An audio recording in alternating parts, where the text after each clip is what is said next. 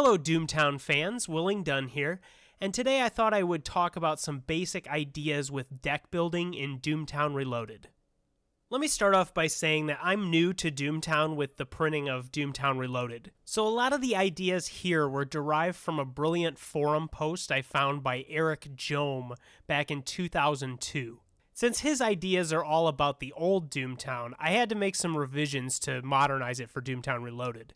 And I'm also going to try to provide some examples that take into account the new card pool.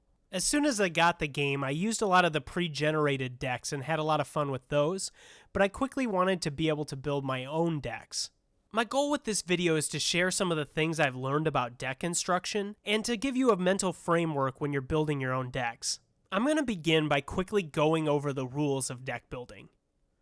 A Doomtown deck is going to be 55 cards. First, you're going to need to pick an outfit card.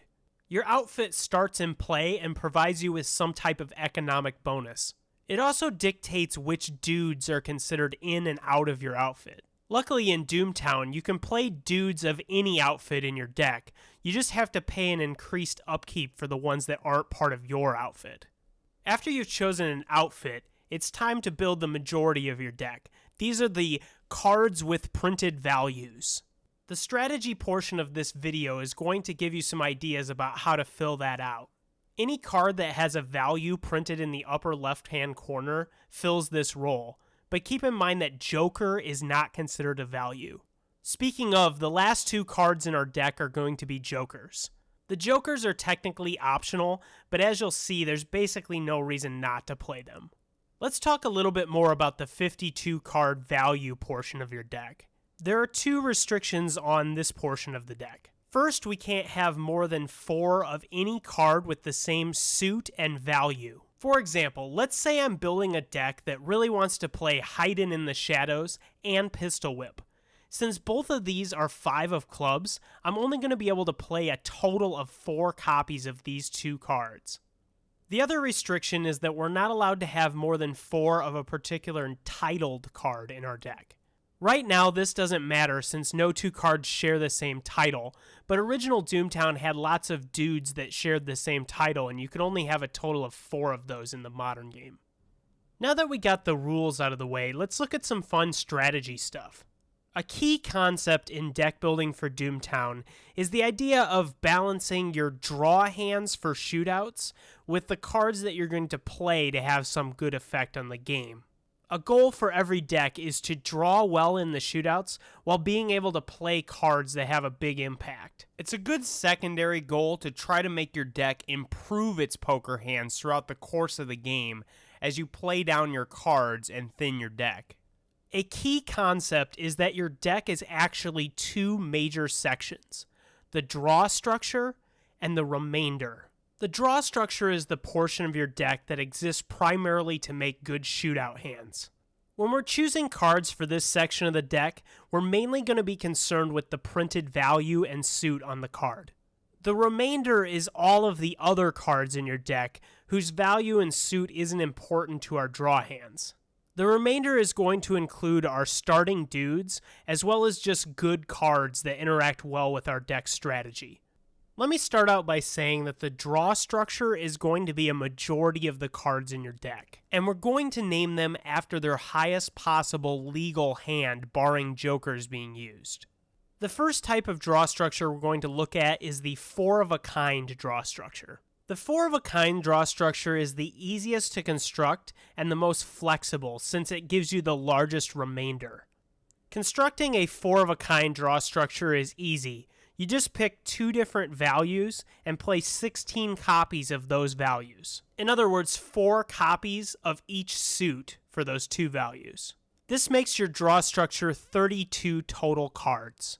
This draw structure is exceptional at making full houses, 4-of-a-kinds, and cheating 5-of-a-kinds.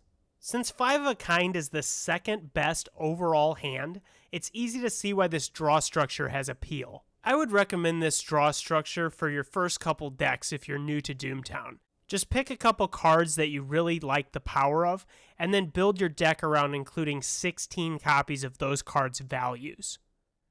The other 2 draw structures we're going to talk about are similar in that they use the same core structure, but they have two principal differences.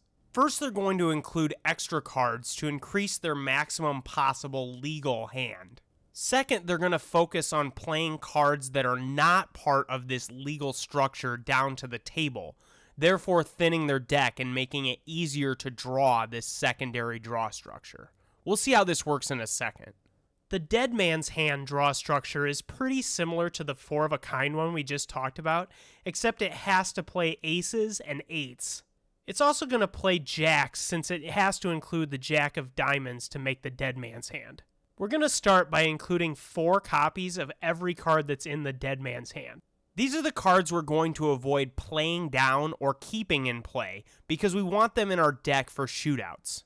Then we're going to include about 6 copies of each of these values in the different suits. The main idea here is to give us the ability to make full houses and 4 of a kinds early in the game, but once we've thinned out our deck and we're drawing more cards, we'll be able to make Dead Man's Hand.